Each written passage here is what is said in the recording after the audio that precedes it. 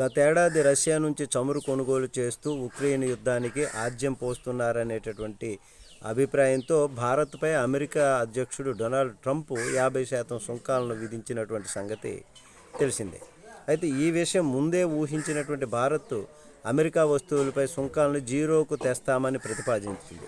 అయినా ఇవేవీ పట్టించుకోకుండా ట్రంప్ తాను అనుకున్నటువంటి పని చేసేశారు. దీనిపైన భారత్ నుంచి విజ్ఞప్తులు ఎన్ని వెళ్ళినప్పటికీ కూడా ఆయన వెనక్కి తగ్గే పరిస్థితి తగ్గలేదు కూడా. అయితే ఈ సందర్భంలో ట్రంప్కు భారీ షాక్ అయితే సైలెంట్గా భారత్ నుంచి వెళ్ళిందని చెప్పాలి.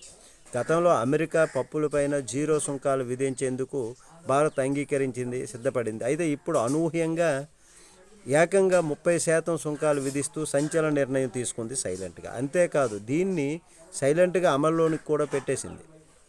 దీంతో అమెరికా వ్యాపారులపైన ఒత్తిడి పెరిగింది. ఇదే విషయాన్ని తాజాగా ఇద్దరు అమెరికా సెనేటర్లు ట్రంప్కు దృష్టికి తీసుకెళ్లారు. చాలా కాలంగా పెండింగ్లో ఉన్నటువంటి అమెరికా భారత వాణిజ్య ఒప్పందం అనిశ్చితి నేపథ్యంలో భారత్ ఈ నిర్ణయం తీసుకోవాల్సి వచ్చినట్లుగా తెలుస్తుంది. మరి అమెరికా పప్పు ధాన్యాలపైన భారత్ 30% సుంకాలు విధిస్తూ తీసుకున్నటువంటి ఈ నిర్ణయాన్ని వెనక్కి తీసుకునేలా చూడాలని ట్రంప్కు విజ్ఞప్తులు చేస్తున్నారు అక్కడ ఉన్నటువంటి వ్యాపారులు.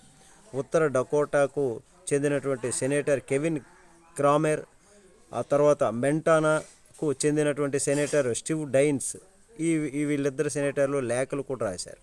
అయితే ఈ దిగుమతి సుంకాలని తొలగించాలని భారత్పై ఒత్తిడి తీసుకురావాలని వీరు ఆ లేఖలో ట్రంప్కు కోరారు. అయితే మరి గత సంవత్సరం ట్రంప్ విధించినటువంటి శిక్షాత్మకమైనటువంటి 50% సుంకాలకు ప్రతీకారంగా దీనిని భారత్ ఇలా చేపట్టింది అని పరిశీలకులు చెప్తున్నటువంటి విషయం. గతేడాది అక్టోబర్ 30న అమెరికా పసుపు బఠానీలపైన భారతదేశం 30% సుంకాన్ని విధించింది. ఇది నవంబర్ 1 నుంచి అమల్లోనికి వచ్చింది అని ట్రంప్కు ఆ లేఖలో తెలియపరిచారు వాళ్ళు సెనేటర్లు.